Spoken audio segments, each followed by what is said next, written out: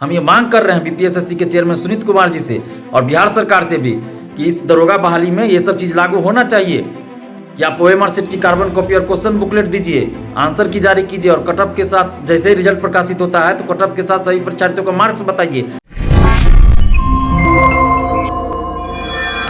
नमस्कार, मेरा नाम बीना है और आप द इंडिया टॉप देखना शुरू कर चुके हैं। आपको बता दें कि 2213 पीटी दरोगा का परीक्षा 26 दिसंबर को होने वाला है। ऐसे में छात्र नेता दिलीप, जो लगातार छात्रों के हित में काम करते रहे हैं, उन्होंने इसको लेकर एक बयान जारी किया है कि किस तरह इस परीक्षा में धांधली ना हो और किन किन बातों का सरकार आने वाली परीक्षा में ध्यान दे। तो सबसे पहले सुनिए कि छात्र नेता दिलीप ने क्या कुछ मांगे रखी हैं। नमस्कार दोस्तों, मैं दिलीप कुमार।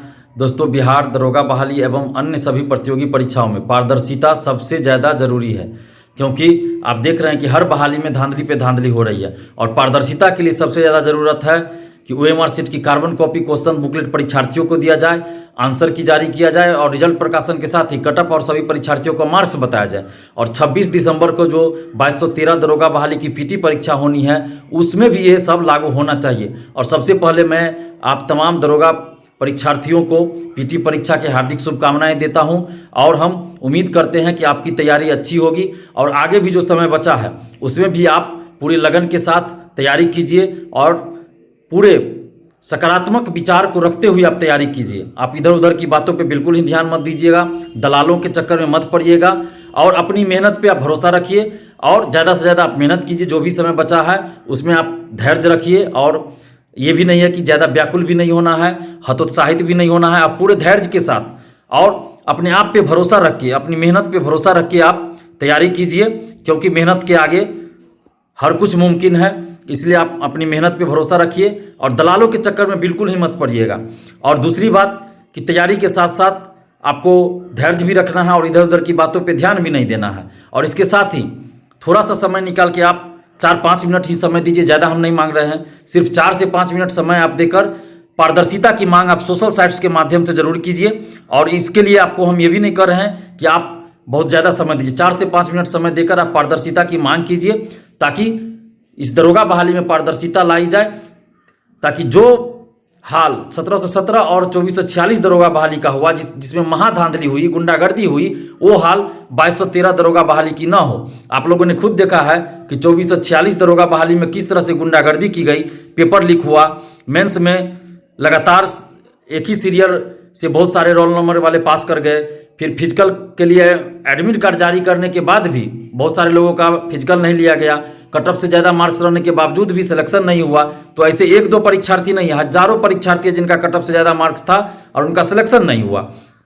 और बहुत सारे परीक्षार्थियों ने, हजारों परीक्षार्थियों ने ऐसी बात कही है कि उनका जितना मार्क्स बताया जा रहा है उससे 15-16 किन्हीं का 18 नंबर ज़्यादा आ रहा है। तो कहीं ना कहीं ओएमआर शीट में भी छेड़छाड़ की जा रही है।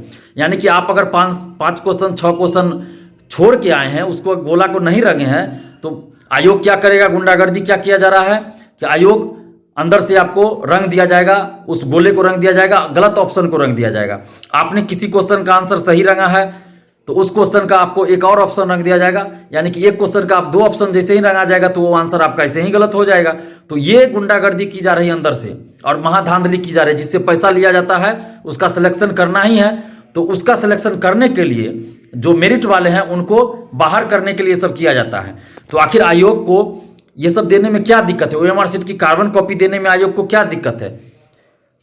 यूपी में ऐसा किया जाता है, झारखंड में किया जाता है, बिहार में ही आप देखिए बीएड का एग्जाम होता है उसमें ये सब किया जाता है, बीपीएससी संवैधानिक संस्था है उसमें क्वेश्चन बुकलेट दिया जाता है, आंसर की जारी किया जाता है, कटऑफ के साथ साथ सभी का मार्क्स बताया जाता है। तो फिर दरोगा बहाली में बीपीएसएससी को ऐसा करने में क्या दिक्कत है?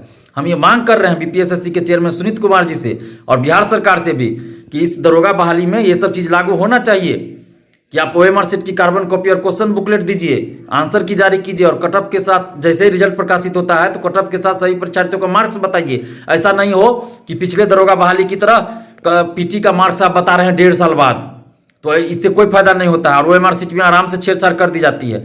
तो इसीलिए ये जरूरी है, ये हमारा अधिकार है कि हमको जानने का अधिकार है कि किस क्वेश्चन का आंसर बीपीएसएससी ने क्या माना है। और ये भी हमारा अधिकार है कि हम ओएमआर शीट की कार्बन कॉपी ले और क्वेश्चन बुकलेट हमारे पास रहे। जब ऑनलाइन भी एग्जाम होता है तो उसमें भी आंसर की जारी होता है, क्वेश्चन बता दिया जाता है, क्वेश्चन जारी कर दिया जाता है, तो फिर बीपीएसएससी को ऐसा करने में क्या दिक्कत है? आखिर बीपीएससी ऐसा नहीं कि फ्री में फॉर्म भरवा रही है, पैसा लिया जाता है हमसे फॉर्म भरने का, तो फिर क्वेश्चन देने में क्या आपत्ति है? ओएमआर शीट की कार्बन कॉपी देने में क्या आपत्ति है? और रिजल्ट प्रकाशन के साथ ही कट ऑफ और सभी परीक्षार्थियों को मार्क्स बताने में क्या आपत्ति है? अगर ऐसा नहीं करती है तो इसका मतलब है कि 2213 दरोगा बहाली में भी 2446 दरोगा बहाली से भी ज्यादा महाधांधली होगी, उससे भी ज्यादा महाधांधली होगी। आयोग को ये सब हर हाल में करना होगा, क्योंकि इस बार हम लोग बर्दाश्त नहीं करेंगे। और आप तमाम दरोगा परीक्षार्थियों से हम ये आग्रह कर रहे हैं कि आप लोग नकारात्मक सोच मत रखिए, लेकिन ये जरूरी है कि पारदर्शिता के लिए एक बार आवाज उठाई जाए। अगर आप लोग कहेंगे, अगर आप लोग तैयार होंगे तो एक दिन 1 घंटा का अगर आप लोग समय देंगे तो इसके लिए पटना में आंदोलन भी एक दिन शांतिपूर्वक आंदोलन किया जा सकता है और अपनी मांगों को आयोग और सरकार तक पहुंचाया जा सकता है। लेकिन ये तभी होगा जब आप लोग कहेंगे, तो आप लोग तैयार होंगे तभी मैं करूंगा, अन्यथा मैं ऐसा नहीं करने वाला हूं। लेकिन कम से कम सोशल साइट पे तो आवाज उठा सकते हैं। आप घर बैठे 5 मिनट 10 मिनट 5 मिनट सिर्फ 5 मिनट आप सोशल साइट पे समय दीजिए, फेसबुक ट्विटर इस सब पे दीजिए, यूट्यूब पे दीजिए, जहां भी आप यूज करते हैं वहां समय दीजिए और पारदर्शिता की मांग कीजिए। आप आज ही देखिए, जब किसान आंदोलन से देश के प्रधानमंत्री झुक सकते हैं, आप आज ही देखिए ना, तीनों कृषि कानून को वापस ले लिया गया है, जो कि लंबा चला था किसान आंदोलन, शांतिपूर्वक आंदोलन था, और आज देश के प्रधानमंत्री को झुकना पड़ा, देश की केंद्र की सरकार को झुकना पड़ा, और तीनों जो कानून है वापस ले लिया गया। तो फिर ये सुनीत कुमार क्या चीज है और नीतीश कुमार जी क्या चीज है? तो जब हम लोग एकजुट होकर अगर मांग करेंगे तो पारदर्शिता लानी होगी सरकार को और बीपीएसएससी को। बस हम लोग को एकजुट होकर मांग करनी है।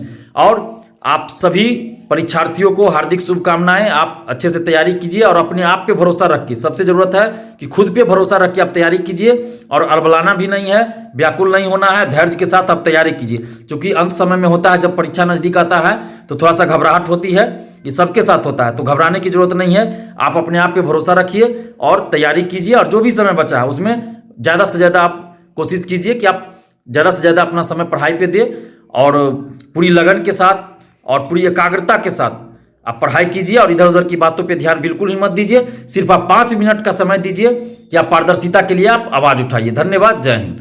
तो ये थे छात्र नेता दिलीप, जिनका ये कहना है कि एक आंदोलन जो कि लगातार 1 साल से चल रहा था, किसान आंदोलन, अगर ऐसे ही बिहार में जो विभिन्न तरह की परीक्षाएं हो रही हैं, प्रतियोगिता परीक्षाएं, ऐसे में अगर छात्र एक साथ एकजुट होकर काम करें तो सरकार को उनके आगे झुकना ही होगा। इसको लेकर उन्होंने प्रधानमंत्री का एग्जाम्पल भी दिया कि किस तरह आज जो है ये फैसला बदल दिया गया, 3 कानून जो था कृषि कानून।